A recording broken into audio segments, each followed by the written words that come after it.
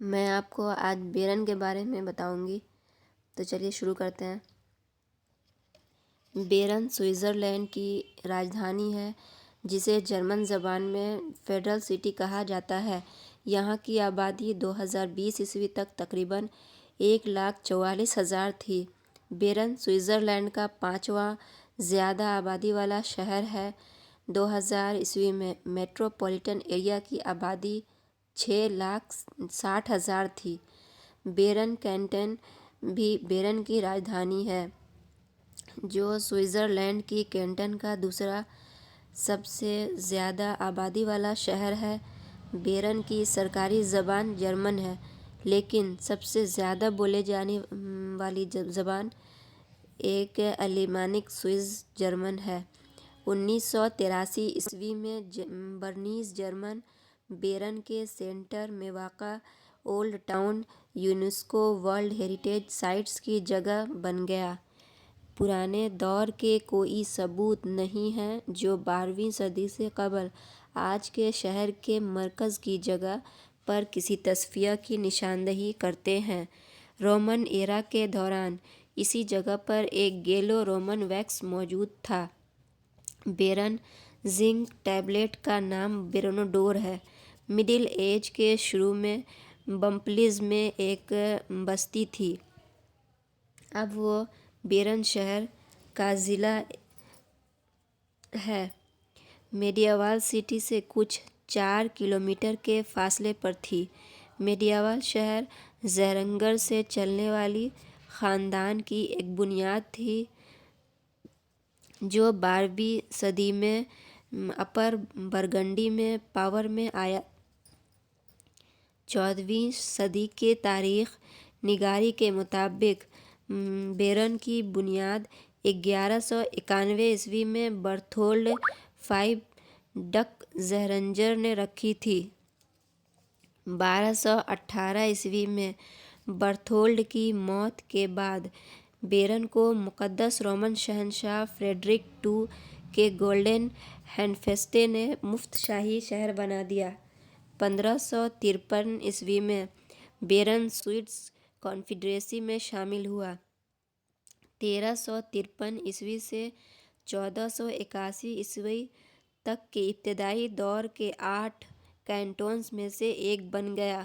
بیرن نے 1415 میں آرگاؤ پر حملہ کیا اور فتح کی، اور 1536 میں اس علاقے کے علاوہ دوسرے چھوٹے چھوٹے علاقوں کو بھی فتح کیا۔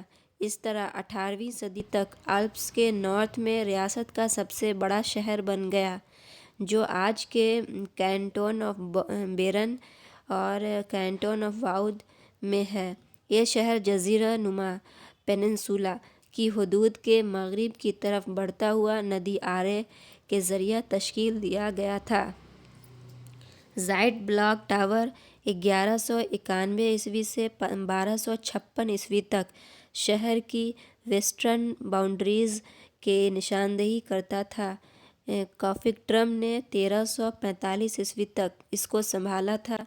30 سال کی جنگ کے وقت پیننسولا کے پورے علاقے کی حفاظت کے لیے 2 نئے قلعے نام و نہاد بڑی اور چھوٹی قلعے تعمیر کیے گئے تھے۔ 1405 میں ایک زبردست آتش زدگی کے بعد شہر کی اصل لکڑی کی عمارتوں کو آہستہ آہستہ ریت کے پتھر کی عمارتوں میں تبدیل کر دی گئی، جو پرانے شہر کی خصوصیت بن گئی۔ 14ویں صدی میں یورپ پر آنے والی وبائی بیماریوں کی لہروں کے باوجود اس شہر کا گرو ہوا، جس کی بنیادی وجہ آس پاس کے ملک سے آنے والے امائیگریشن ہے۔ بیرن پر فرانسیسی فوجیوں نے 1798 میں فرانسیسی انقلابی جنگوں کے دوران قبضہ کر لیا تھا، جو اسے اپنے علاقوں کے کچھ حصے سے چھین لیا گیا تھا۔ 1802 میں اس نے برنیز اوبرلینڈ کا کنٹرول حاصل کر لیا، اور 1814 میں ویانا کی کانگریس کے بعد اس نے برنیز جوڑا کو